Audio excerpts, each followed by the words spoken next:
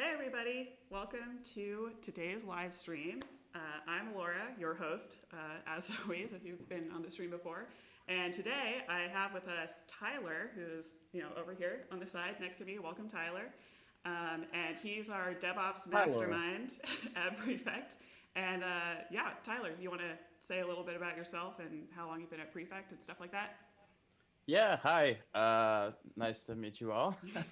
I am an engineer on the Prefect team who just loves and specializes in infrastructure and, DevOps, whatever that is, and all those things. And so it's been a very fun time over at Prefect for the last just over a year, I think. Nice. Yeah, a little over a year. So it's been great. Cool.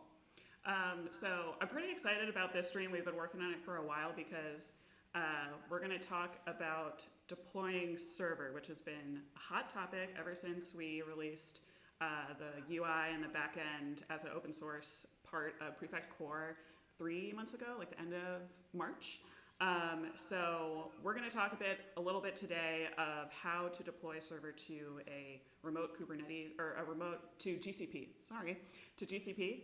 And Tyler put together this whole Terraform thing that we're going to take a deep dive in. And we're also, throughout this stream, going to talk a little bit about why deploying server is hard or challenging, at least.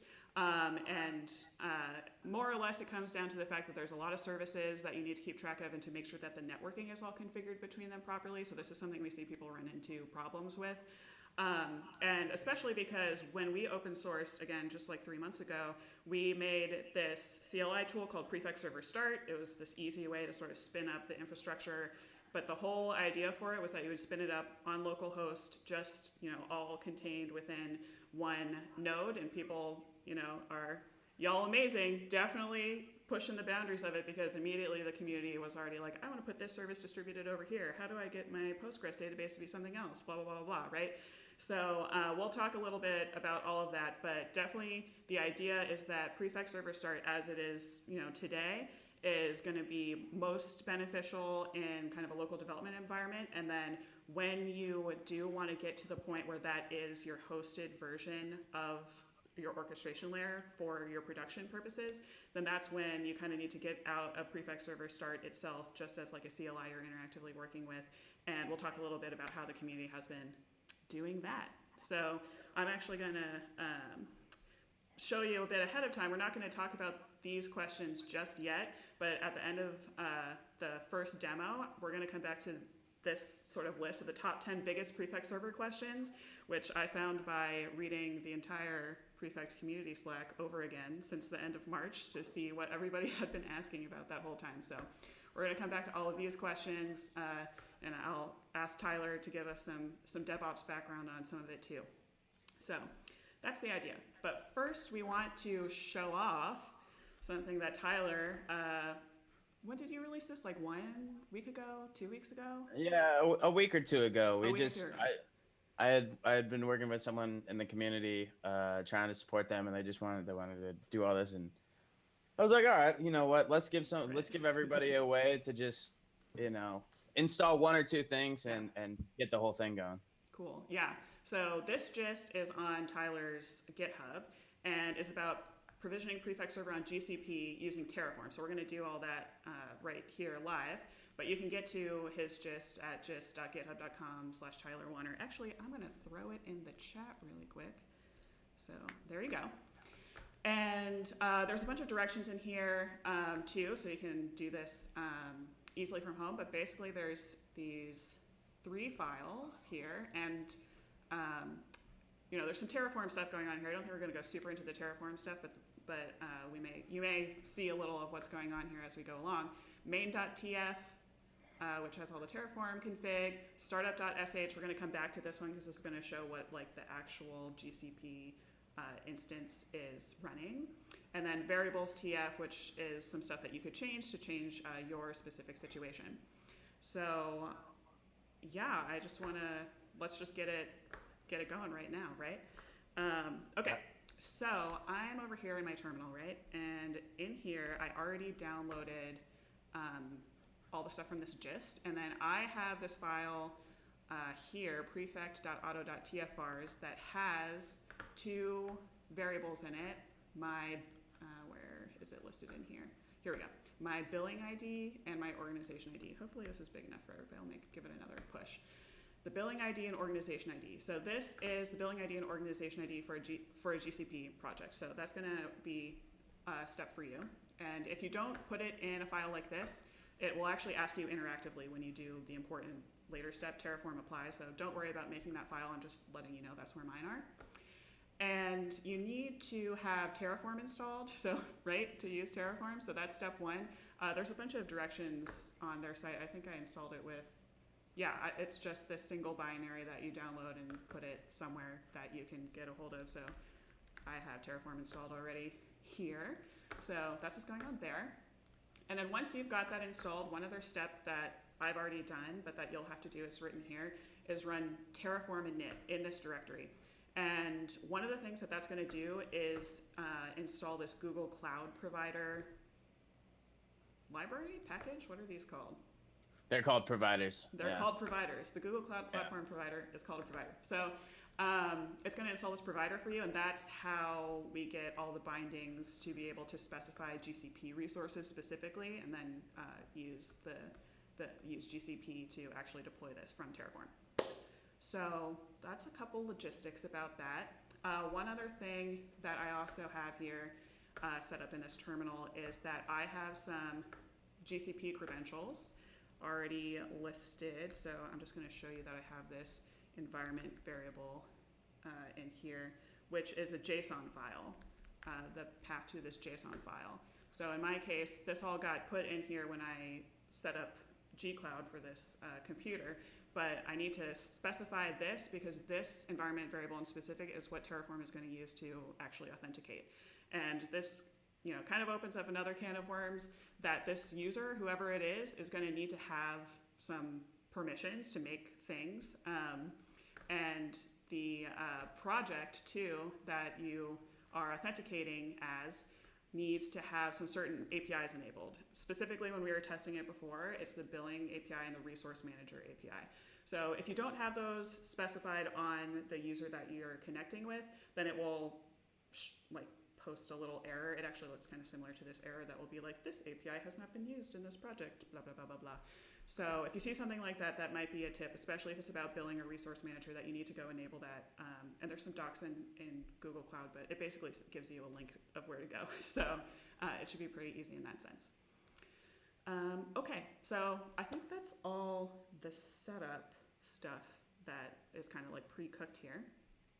So the magic command here is terraform apply, right? So again, this isn't like a super deep Terraform explanation or anything, but this is what's going to read our main.tf and figure out, compared to some state files, what it's supposed to do. Hopefully I'm not butchering this too bad, Tyler. And then it's going to do it, right? That's the exciting part. So I'm going to give it a hit to show you what this looks like. And I'm going to scroll up, scroll up properly. Scroll up a little bit just to show you that it's going to have this output here that's telling you what it's about to try and do. And this is basically all derived off of these files in the gist, right? So you'll see stuff in here that matches configuration in the gist regarding what resources it will create. So here it says like a Google Compute instance will be created and these properties about it, including the startup script, that's the startup.sh that it comes in this gist also, and all the other stuff that it's going to make too. So just running terraform apply, it's going to ask you if you're like really serious, right? You have to type YES lowercase, definitely only that to get it to approve it. So let me do that. And then this is actually going to start making resources in my Google Cloud project. So stuff is happening, right? So we'll give this a second to decide some stuff, but I do want to make a little note here, something we're probably going to run into, and it's in the README, is that because of the way the services kind of start up, we may need to, and in my case, I had to do this every time, so I'm going to just even say probably you will need to run this terraform apply twice before it totally finishes completing making everything. Basically, sometimes it doesn't wait for this compute engine API to be available, which is specified to be made available. So we'll see if we'll run into that, right, Tyler? Yeah, talk a little bit about that. Well, it's just the way GCP works is it has a bunch of APIs that you have to enable in order for the project, anybody in the project, to be able to do anything in that like area of whether it's compute or IAM or those kinds of things. And so we just turn on those services, and we're like trying to create a bunch of stuff while we're turning on those services. So sometimes Terraform just like, you know, a bit of a race condition. Yeah, definitely. It's definitely good, but I think if you're used to like being a super user of everything, this is, you know, can be a early friction that people feel when they're working with GCP. But this is maybe more like the validation that it's okay. We're all experiencing it. And it's just a matter of figuring out what permissions you really need the user you're authenticating to have. And I'd say there's pretty good like error messages in my experience. Do you agree, Tyler? Yeah, I think so. Yeah, I'm a big fan. Yeah. So taking a little time here to make some more services, but that's cool. Maybe while this is going on, and if it errors out with this error, I'm just going to run it again in the back so that we can keep it going. But do you want to talk a little bit, Tyler, about this startup script here? Let me make it bigger. And yeah, it might be too big. What's happening really? So basically, all we're doing in the Terraform code is creating an instance that's running server, and then a firewall rule and a project. And when the instance starts up, it's going to follow this startup script. I forget what it's called in GCP. You can use this as user data if you're running in AWS. Should work, I believe. And we're just going to update the apt-get manager, install pip and wheel with Python. I'm going to grab Docker and Docker Compose. And we're just going to, okay, that's the error Yeah, that's the error we expect. I'm sneaking back here occasionally. It might be that other error. No, it was I'll scroll back up. Okay. This one, compute engine API has not been used in this project, blah, blah, blah, blah, blah. That is what we're talking about up here, this potential error that you might run into. So if you see that, do not be alarmed. It's totally normal. That's the one. So I'm going to run it again. Cool. All right. Sorry to interrupt. Cool. And then, we're going to grab Docker Compose. Then we're going to grab Prefect. And we're going to install it. And then we use this little, it's called the metadata server or something. In GCP, it's something available to GCP instances. I see. Where they can curl their own metadata. So using that, that local URL will return the IP, and then that IP is important because then we need to set this in the config.toml, which many people are aware of. In server.ui, we have the GraphQL URL so that the UI knows where the Apollo server source is. Where Apollo is, exactly. Yeah. Okay, cool. And then we just start her all up, right? Yeah, right. Awesome. Okay, so over here you can see that I've got some success info, and I also got this server IP. So this is an output of something that Terraform responds with when the process is done, when it finished doing everything. So the idea here is that at some point I can go to this once it finishes starting up, and we'll go check the logs in a second to see how it's doing. But this is where our UI is going to be served. And I'm going to scroll up just a little bit to show you that somewhere in here, you can see it in a couple places actually, and you can also see it in a couple places up here.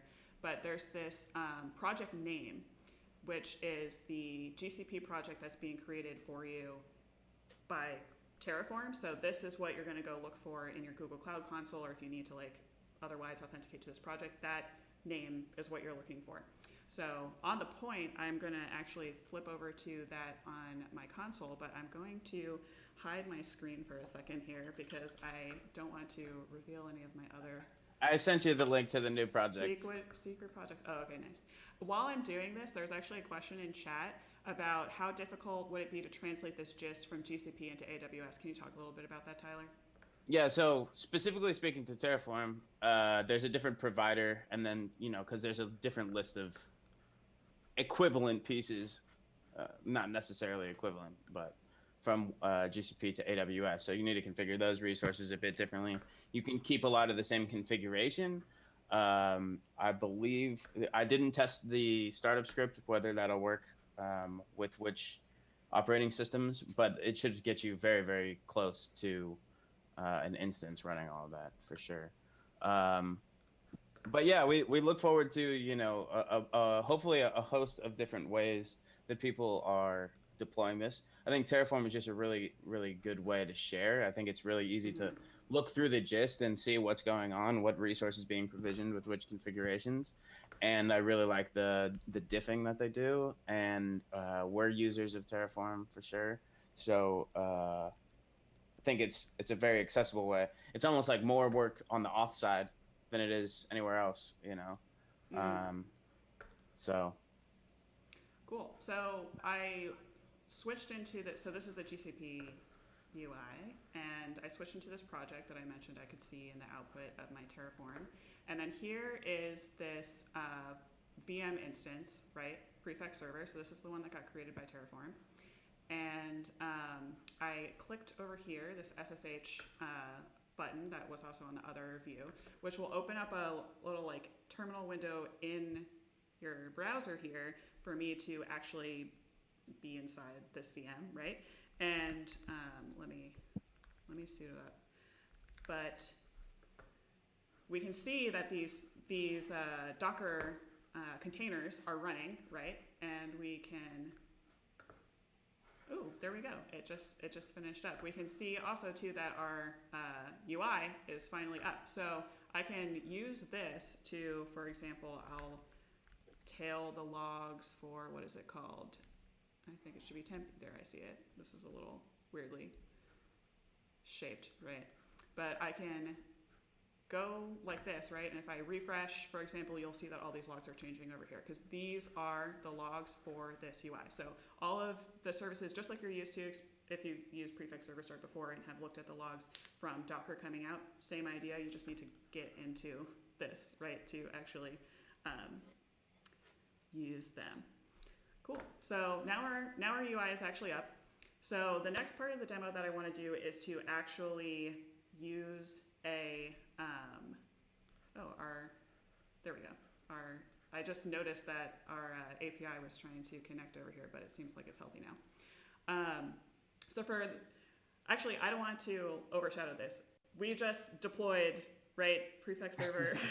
we should all clap at this point. We just deployed Prefect Server into GCP with not one, but two Terraform applies, but it was super easy. And then we just waited a little bit and it was up, right? So that's the magic of what Tyler has put together for us, that you can take a look at this. And I'm gonna kick the can on it a little bit too and make sure that we can run flows that I registered to this as well, which is also an opportunity for me to show you all the different little config tiddly bits that you might need to get figured out along the way. So, which means I need to refer to my notes too, so that I don't forget all the config tiddly bits, right? Okay, so first step is going to be that we need to take this and change in various places, but I'm going to start off with changing in my prefect config that this is the API that I want to be associated with. So this is particularly going to be relevant when I put it in my prefect config for registration, but we'll do it a couple other times in a couple of other ways to make sure that everybody knows which API we're talking to, right? So this is fundamentally the config stuff you mostly need to get figured out, and there is in a couple different places, so we'll see. So here I have this config.toml. For me, I'm overwriting a couple things, but most importantly for this demo, I'm overwriting in server. There's endpoint config, and I just switched it out to be our new UI, right? Or rather, the API endpoint, the IP for our UI, and this is also the IP for where our GraphQL endpoint is at. Okay, so that's going to be step one. And next thing that I want to make sure I do is switch out to Prefect Backend Server. This is going to be relevant because some of the agent config also derives from this. So some of it you can set on the command line too, but this is just convenient to try and like get all of my ducks in a row, make sure that all of my config is properly specified. And then I'm going to install an agent. And we talked a little bit about this in the last stream of how to install different agents, but I'm going to briefly talk about it here too. So Prefect agent, oops, spell agent right, install, spell install right, install, right? We have a couple different types of agents. And in this case, I'm going to do a Kubernetes agent. And if you just ran this, what happens is that you see this manifest of different resources that it's going to create. So if you just do this, it's just going to specify a deployment for a Prefect agent. In general, you also want to throw in this RBAC flag or otherwise come up with an RBAC for to make sure that this deployment can spawn other things that it needs to. This is kind of like more on the execution layer side. So again, you should definitely watch that stream too. But you'll see if I run this, instead, we get a couple things, right? We don't just get one deployment. We don't just get one deployment thing out here. We also get a role resource and a role binding resource. So that's just the FYI of what's going on here. We can configure this by sending a couple different types of configuration. And in particular, the one that I want to highlight here is that we need to change the API. So actually, I'm going to scroll up again. You'll see that if I don't do this, that somewhere in here, like you'll see stuff like this, right? Prefect Cloud API is this. We want to connect to our API that we just set up with Terraform, right? That's the whole idea. So I need to make sure that I've got that changed. So there's this convenient flag for that. And I'm just going to rip this from here. This whole thing is what I'm going to send here. Let's make sure. There we go. And I've got in my notes, don't forget RBAC, so good thing we did that. And just to show you first, again, every time I'm running this, it's just making this output here because we're actually going to pipe this to kubectl in the end. But now you'll see that in that same place here, you can see that there's change in config regarding where our API is. So again, this is nothing new to the folks who have used the Kubernetes agent before, but I'm going to just double check that I'm in the context I want it to be. So I have this execution cluster Kubernetes cluster already set up, again, from the instructions from the last live stream. So definitely check that out if you missed it. But I'm connected to this Kubernetes master. So the output of this, I want to pipe to kubectl apply -f here. There we go. So this part here is going to say, can you apply the stuff that I just piped in to the Kubernetes master node, to the Kubernetes cluster that I am currently in context for, which in my case is this execution cluster one I set up earlier. And so I'm going to say yes to that. And you'll see that it starts to make some output here that it's setting up some stuff. Some of these things I made earlier, so it's already there, but our agent is new with this new API. So to be able to show this, I'm just going to switch my screen really quick again because I have this in another project, the same project that we were using, again, last stream for our execution layer demo. So let me just switch over there. Cool. And we'll see that in here, I have, let's get to my Kubernetes engine view, again, in execution layer demo. Here's this execution cluster, right? That's the same thing that we saw over here for my current context. In here, I have some workloads. This agent is the agent that we just started. This agent was my pre-cooked one in case this went badly. And these are some jobs I ran earlier to make sure everything works. But this agent here is the new one that just got created from this output here, right? So we didn't see it super live, but you can take my word for it, that that's what happened. And then the next step that we want to do is register a flow to this beautiful new UI that we just spun up with Terraform, and then run it against this agent that we just set up here that is configured to talk to, again, this same API here, and watch it go, right? So I'm just gonna hit some of that. I have my same flows again from the last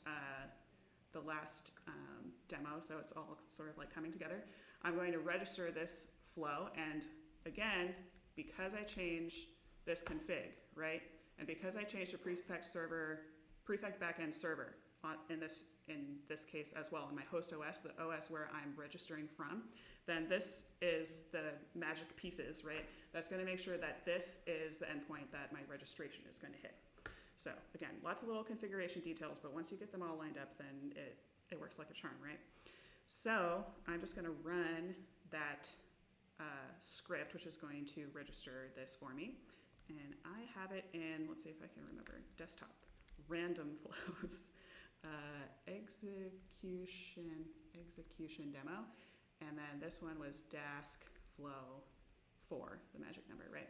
I'm going to hit this, and just to show us again. Are you sure it wasn't dask flow 4 final? No, it was dask for final. I can't even say it. There's too many F's. But just to remind everybody from the last stream again, this is going to take a flow that I have and store it in Google Cloud Registry using Docker storage. We have a couple different types of storage, but this is the one I'm using. Associate it with a Dask Kubernetes environment. Again, check the last stream if you missed that one for some info on that. And then register this flow to our endpoint. So here's a fun thing. You'll see that this says HTTP localhost blah, blah, blah, blah, blah, right? But I wanted to register this here. So the secret situation, which I learned earlier today, which is exciting, is that this config, the actual code that like emits this string, is actually derived off of, let me get back to my hot link that I wanted to be at. Where'd it go? It should say full URL. Here we go. Don't know why it didn't jump down here for free. But right here you'll see that you can kind of take my word for it that this is the actual code that generates this line. But this is reading from Prefect Config Server UI endpoint. This UI part, right, is the difference between what we changed in our Prefect config and what this is actually pulling from. So this is just a point to show you how many like onion layers there are in this config at this point. This server UI endpoint is composed of the host and the port that's pulled from this UI section. So you would have to change that if you wanted this to showcase this properly. So I kind of left this in so that I don't like gloss over it for anybody, that this is yet another place for configuration for something that seems like a little bit like unrelated and might get you confused. So I just want to point out that finding out where all of your configuration is really being set and what it's being used for is going to be really important, at least at this point in the deployment story, to make sure that you have all of your ducks in a row. But we can prove that my flow actually got registered to this endpoint that I wanted because we can see it right here. So that's the story there. Thrilling story, I know. All right, and then the last step is just to run it, right? So I have this flow. I'm going to hit, let me even get everything totally beautiful so we can watch everything. I'm going to hit quick run to schedule my flow. And then we're going to wait basically for our agent to pick it up. You can see that it changed from scheduled to submitted. This is a hallmark proof that an agent has grabbed onto this flow run and knows that it's supposed to be working. And then as things go, at some point we're going to expect to see some more, once this actually gets going, we're going to expect to see some more jobs in here that are going to start up to actually do the work. Again, this is based on the Dask Kubernetes environment. So this is going to set up a Dask job for us. Let me. You just transitioned to blue. Yes, I just transitioned to blue. Why doesn't my refresh button blue anymore? Rude. I'm just gonna do it the old-fashioned way. All right, so look at all the stuff, right? Okay, that's what I don't know why that wasn't working. But here we can see, and again, we talked about this a bit in the execution layer demo, but we can see a bunch of other stuff here, which are the pods related to jobs that got started by our agent to actually do this work. So you can see lots of activities going on, right? We can watch the flow run schematic for a while. This is, this classic diamond shape that has 100 spawned jobs in here mapped so that we can really take advantage of the Dask parallelism. So you can see stuff working out. Yeah. What's Can up? I just make a random point, Please which is do. if you click into the prefect jobs in your execution layer, Like this one or the upper one, yeah, the Okay. prefect dash job. Hopefully this is the current one. That's probably the old one. You can actually see these jobs are annotated with the flow run ID. Yeah. So like if you're ever wondering about trying to look at, I know often I have a problem in my Kubernetes cluster, or maybe not often, but occasionally I have a problem in my Kubernetes cluster. I mean, who has problems in their Kubernetes cluster? Occasionally it happens, and then I am looking at the flow and I'm trying to figure out if the two failures are linked. We're talking about this. Yeah, so we can see which flow run ID is the job. So if there's a problem with the job, you can link it back to the original thing. I'm guessing it's this one because it has a pod. I just want everybody to be aware of that experience because there's a lot of gears turning about how we can make that experience and that visibility, straight through a more first class thing. Yeah. And it's just really an interesting way to look at it. Yeah, this is a good point because once you're distributing stuff, right, your logs are in different places. And earlier I was showing you we SSH'd into our Google Compute Engine instance to see the logs from our orchestration layer. And now we're like in a totally different place looking at the logs from our execution layer, right? They're like totally different. So just want to highlight that too in that sense that, it's the price of doing distributed. The benefit we get is that it's distributed, right? We're excited about that. But the price is that all of the information is kind of split up. So don't be too, Yeah, and that's not to say that there isn't a way to do it. There clearly is, take the same principles that we apply to distributed anything else. And, you can get there. You can aggregate your logs. You can do whatever it is you need to do on top of this. But this is meant to just get you, we want to put server in people's hands. And I think this is the best way to just get it there for people. Cool. I hope this helps. Yeah. So that is the gist of the demo, basically, right? So that is, you could do that right now with the gist that Tyler set up for you. So definitely take a look at it if you're interested, and port it to your other systems if you want as well. Hopefully we can get even some sort of like community engagement on the Terraform point, because as you say, we use it inside Prefect. It's a easy way to describe services programmatically. So it's a cool one. There's a bunch, but this is one that we like. This is one. Yeah. Yeah. This is a Prefect flavored one. Yeah. All right. So while this is all running in the background, we don't necessarily need to watch it, but hopefully you got the thrill. Oh, here. Great job. We have increased and decreased things and added them and then summed them. So good job, everybody. But now that we've done that, I want to transition over here to these questions, right? So I mentioned at the beginning of the stream that I read all of the history of community to see what was up since our big open source release, right? So this 0.10.0 is when we released the orchestration layer that we now all come to know as Prefect Server. That's kind of like a light version of Prefect Cloud. So this came out on March 29th, so I scrolled up a bunch to March 29th and took a look. And this was basically the questions that I saw were most common. So Tyler, why don't you and I just kind of go through these a little bit. And I have this available. You can I'm throwing it in the chat here. You can go click on this if you want. Did I send this earlier? Maybe I did. But the exciting thing is that I've also referenced some of these Slack conversations that I felt were representative of these questions. So feel free to take a look at those for more details too. But shall we just start from the top, Tyler? So first things first, why can't I register a flow? So this is a common one that people will experience if they aren't able to connect to their GraphQL endpoint, right? So this is whatever this is here that or really it's what you have configured in your config.toml is like actually what for registration is important. If you can't connect to that because like you don't have open network to it, then that's 9 times out of 10 the problem that we see.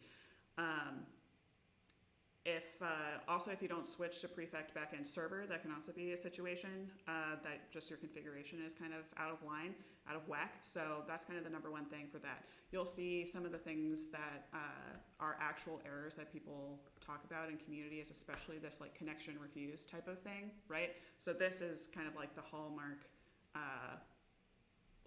there's a network problem tip, right?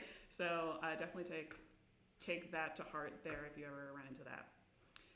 And kind of on the flip side, sort of the next step that people get into, maybe you can register your flow, okay, but if you navigate to your UI, right, and you're looking in your flows tab and you're like, where's my flow? I registered my flow, where's my flow, right? So if you can't find your flow in the UI, there's kind of 2 big buckets of possibilities. One is that maybe you registered it to the wrong endpoint. Like maybe you were configured to cloud and you're looking at your local UI, right? Maybe the other way around is possible too if you're trying to register something to cloud. So definitely kind of like double check against that. And then the other common thing is that your UI is not talking to your Apollo service, right, to your GraphQL service. So if that's the case, luckily nowadays we have this very futuristic API status button here to give you some information, but we actually started out that wasn't there and people were getting really confused when the UI looked like it was up, but there's no evidence that it wasn't actually talking to a backend service, right? So we need to have 2 things. During registration, you need to have the ability from wherever you're registering to network with your registration endpoint, and then your UI needs to be able to talk to that endpoint as well. So both of those things need to work for like the whole life cycle to be a thing, right? And I would say both of these things kind of represent, and Tyler, you can speak a little to this too, just that a big part of this whole deployment situation is making sure your networking is set up, right? Can you speak a little bit to that? Yeah, absolutely. So it's worth noting that before we did a couple things that made this really simple. And that was running Prefect Server start on a remote instance is going to set up all your local services on the known ports on that one instance. Mm-hmm. There's obviously more you could do to make that more distributed if you want to. But we did that on an instance. We deployed from a local directory, right, into our Prefect server. Mm-hmm. And we also ran from an execution cluster that was in a GKE cluster. And those things could all be in completely different places. So making sure that all the lines connect appropriately and all the configuration is set up is really important. And we have tried to make that as easy as possible. Of course, the firewall rule in the gist is important. I also wanted to note that here you're exposing this instance in your default VPC open to the world on those for two particular ports, 4200 and 8080. And that's not a great final solution. Prefect and the hybrid execution model and all that can only get you so far. Just worth noting that you're throwing this out on the internet. Yeah, and we'll talk about that. We'll talk about that a little bit later for one of the questions. So okay, yeah, down here, so don't worry.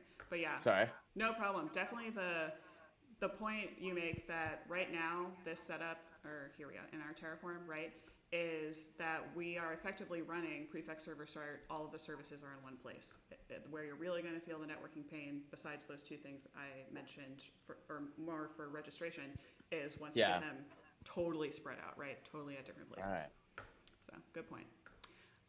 Okay, so a couple other questions. This one, why is my flow stuck in a scheduled state? Lots of people might comment about this, right? I've seen a couple different versions of this. So one problem you might have is that you don't have an agent running, right? So I ran an agent earlier. I think I even mentioned that like when I saw my UI switch from scheduled to submitted, I was like, this is the hallmark of an agent has picked up, our flow. So if you didn't start an agent, then your flows definitely aren't going to run. So that's going to be step one. But then the other thing that's a little bit more insidious sometimes is that if your labels don't match between what your flow environment was registered with and what your agent is allowed to run, which is based on the labels matching on both sides, then you may have an agent running, but it's not going to pick up that work. This is a like specific thing to try and like create some agent affinity between flows. So it's really powerful if you want to use it, but sometimes people get a bit confused by that. So I definitely recommend checking your labels on your agent and on your flow tab to make sure that they match. And in particular, if you use the local agent, it by definition puts a label on your flow for the host name of wherever you registered, and that's like the most common case of people getting confused because there's some cases where Prefect is going to do it for you. So definitely check. And both is also possible, right? If you don't have an agent and then you go on to like not have the labels match, then that you may need to check the next level after you get to the next level. Cool. Okay, the next big question that has actually had a lot of changes since we first released is how to persist data between server restarts. So fundamentally, this is going to be a theme for a couple of the next questions, but Prefect Server start, if you're using that, then it's basically a wraparound a Docker Compose file. Like if you take a look at the source code for the CLI command, that's what it's doing. So this kind of becomes more of a question of how your Docker volumes are set up. And by default, it doesn't mount any volumes. It doesn't set up any Docker volumes. So if you shut down server from Prefect Server start, then all of the metadata from your orchestration database goes away. But if you want it to persist, there's definitely a couple options and varying levels of escalation. But you can have a separate database, and there's a convenient flag on Prefect Server start to change the port. Or there's also a flag on Prefect Server start that lets you set that there should be volumes for your metadata database, for the Postgres database, that gets started up as one of those services. And you can also specify where the mount is for that. All of those options are possible for you if you're still using Prefect Server start. If you're deploying your database yourself, then you can definitely do whatever you want. And on the next point, I just mentioned a little bit about how if you stop server, then this data goes away. Ironically, there's a lot of people who ask the question, how do I stop Prefect Server, right? So again, the original idea was that it was used for local development, kind of like one session. So if you, it starts up a bunch of stuff in the foreground, and if you like Control-C out of that, it will stop all of the Docker containers and clean up all the services. But if you don't, like if you just turn your computer off, whatever, or in any situation like that, if you don't actually stop them through that utility, then the default is for them to attempt to restart, and if your Docker daemon is set up to also restart anytime your computer starts up, then you might notice that Prefect Server is like running all the time, right? So basically you're gonna want to, again, this is all Docker containers, so use your Docker CLI to stop things. You can use the Docker CLI directly. You can open up like the Docker for Mac or Docker for Windows, whatever you're using, UI to like stop them. Or you can also grab the Docker Compose file from the source repo that is actually what this whole thing is wrapped around. So you can use Docker Compose to stop the services directly too. So those are the tips for now, but I should mention that improving this experience is on the radar for core for sure. So keep a lookout in the core repo if this is something that you're after, right? And this is a good segue to like, can I not use Docker Compose, right? And there's a couple of layers here, but maybe Tyler, do you want to talk a little bit about like why we use Docker and Docker Compose in the first place, and that type of stuff? Sure. I think we find it again like the most attainable and just like most generally available way to put it in people's hands. Yeah. But we have talked about a whole lot of things, and I've seen some projects out there, people running Prefect Server, Helm chart. I saw somebody from the community did something like that. You could do it in any kind of way that you like, but and you can just reverse engineer it right out of the Docker Compose and into something else. But we find that that was the most attainable way for our users to just get a one start command and get there. Gotcha. Yeah, so if you do want to avoid Docker and Docker Compose, basically you're going to need to back out of the guidance basically we've set in that to start those services separately. And this is a bit of spoilers because there's some people in the community working on that already. But I definitely would recommend taking a look at the Docker Compose file. Again, Prefect Server Start is just a wrapper around a Docker Compose file, more or less, with some environment variable setup. So definitely, it would be a matter of backing up from all of those services. Yeah, it just, Docker it's great for portability. It's great for, it's the easiest all those way, things, but for us to describe all of the dependencies that we think is confident to ship off to the most number of people. So, right. Yeah. That segues directly into, how can I peel off an individual service? And a couple points about this. One, again, as mentioned just before in the prior question, you can start up these services separately either by taking a look in the source code of how to do so. We also have a couple there's a development CLI for Prefect Server that has a couple utilities to start up individual services too that effectively runs, for example, npm run server, etc.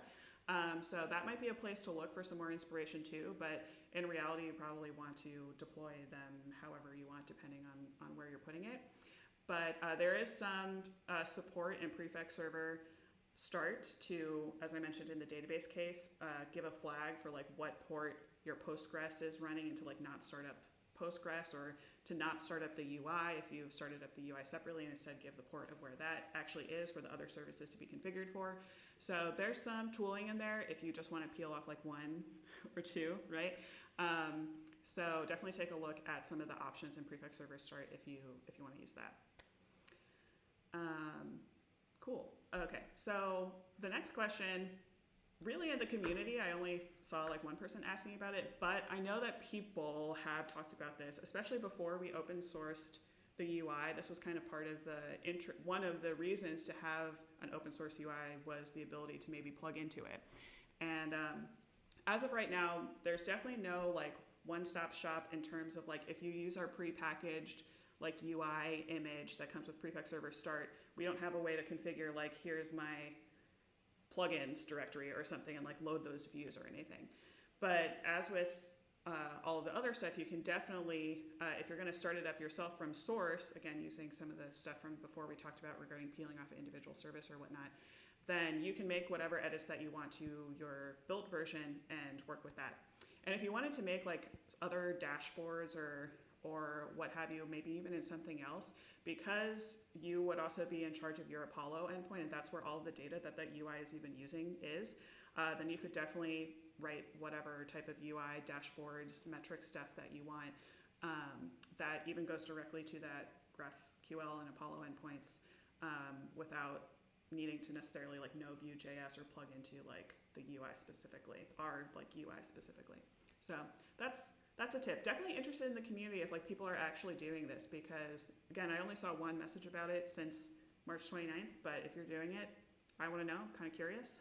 And we did do a live stream that turned into a remix a couple months ago about how to develop on the Vue.js UI anyways. So if you are in that camp, you should take a look at that and see if it helps you out. And then the big ones here, how can I secure my Apollo endpoint? Very common question. This is not even actually all of them. These were just I got a little tired of rendering all of these. But definitely this is something on the mind of the community when you're deploying Prefect Server. It's even, thank you David for being my little guinea pig here. But exposing the UI feels obvious, but GraphQL 4201, really later it talks about 4200. Is open, and for a lot of users, at least as many users as I have these Slack threads, are interested in securing it, right? So before we go too far into maybe our own opinions, I do want to pull up one thread where Jeremiah, CEO of Prefect, I feel really said it the best, and said it the best like 3 days ago too. So this is kind of like the current status of this, which is basically that Prefect doesn't include an auth layer because it's an open source project, and the surface area of truly locking down the system is extraordinary and beyond our ability to guarantee. So we advise you to run the system in a secure network environment, whatever that means for you, to prevent unauthorized access. And then if you do require a global auth layer, then Prefect Cloud is what we think is the best in class regarding auth for your Prefect orchestration layer. And Tyler here is the one who keeps it all together, right, Tyler? So Yeah. yeah. I mean, it's, I think I love building distributed systems that are highly resilient and reliable and all of those things. And if you want to do that for Prefect Server, that's awesome. And we want to hear about that for sure. And I definitely want to hear about that.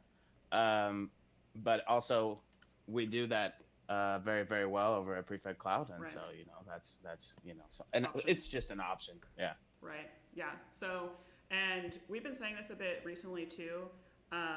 There is a free tier for Prefect Cloud, which is especially useful even if you plan on self-hosting Prefect Server later or what have you. Getting sort of familiar with everything using Prefect Cloud, then the free developer tier is pretty useful onboarding process. So I would say I even recommend it on that point. And then if you like that it's hosted and you like the auth, then that's cool. And then if you're like, I can figure this out myself, or I've got my network locked down, or whatever your situation is, you're ready to self-host, then that's good too. So any which way. But yeah, I know that's been really interesting to people. And on the point, Tyler was just saying that if you are working on this in server, we want to hear about it. There's definitely people who are working on taking what we made with Prefect Server Start, which, this whole sort of theme through these questions was it's in Docker, you could back up from that, but we made the Docker thing, right? Has kind of been the story. But there are people in the community who are trying to make better programmatic ways to create distributed Prefect Server deployments. And in particular, I'm going to highlight a couple of these threads here hey David, you're back again, but that people are interested in using Helm to deploy on Kubernetes, distributing out instead of all on one GCP compute instance, all of the services, instead spreading them out into their own pods. And I know that David has done this, and he has his own Helm chart. If you take a look at this thread, another comment, another great user has, I see him in the Slack chat and contributors channel a lot, has come up with something. Another user has also pull requested in for some other bare Kubernetes manifest. So tons of stuff is going on. They're just kind of buried in these Slack threads basically right now. Yeah, let me see a cloud formation for ECS. Right? Yeah. Let's get it all. Let's get all the tools. It's been your call to action. We have to do it. Community. Yeah. The community is there for a reason. We want everybody to give everybody the best ways to do everything. So. Yeah. And this terraform gist is super great, and if we can keep extending on this too, that's another avenue. These Helm charts that people have been putting together, that's another avenue. Starting something totally from scratch, like Tyler's mentioning, on a new service. I don't even know where y'all deploying at, right? So it could be anywhere. So we definitely want to hear about it. So hit us up in the Slack for sure if you're doing anything, and we'd love to get some more visibility for it around town. And meanwhile, we're also trying to figure out how we want to improve the deployment story. We definitely know people could deploy anywhere, anytime, anyway. Maybe they're on-prem and it's super specific. Maybe they're in a cloud that we don't use that often, and it's difficult for us to advise on that. But we're gonna be working a bit upcoming to make sure that we kind of have a deployment story that we can talk about. And I think this Terraform gist that you made, Tyler's kind of the beginning of that, Yeah, I hope to see more of this for sure. Yeah. And I hope to be able to do more of this. It's been great. Cool. All right, so that's basically the show, everybody. Hopefully you learned a lot. As mentioned, this gist is out in the world. These questions are out in the world too. If anybody else has any questions, the chat got quiet after asking about AWS. So maybe we've preempted everybody's questions at this point. But at this, it's just about the end of the hour anyway. So more or less, I want to say thank you, Tyler, for coming, right? Thank you. This has been really awesome. There's a lot of work behind the scenes to get this going. So I appreciate you working with me, Tyler, and showing the face of Prefect DevOps to the world, right? Yeah, this is awesome. I'm a big fan of your channel. Thanks. Yeah, the Prefect channel is bumping. Actually, we just surpassed 100 subscribers. I should have made a little like subscribe now. But we just passed 100 subscribers lately, so we could make a custom URL, which means you can now, from your phone easily, wherever it is you're telling people the URLs to your favorite channels, instead of having a random hash at the end, you can just say go to youtube.com/c/prefectio. Right, so we're official in that way. So, all right. Well, that's the whole show. Once again, thanks, Tyler, for coming out, and hope to see you all in Slack, on Twitter, wherever you may be, right? Yeah, thank you, everybody. Bye, everyone. Thank you, Laura.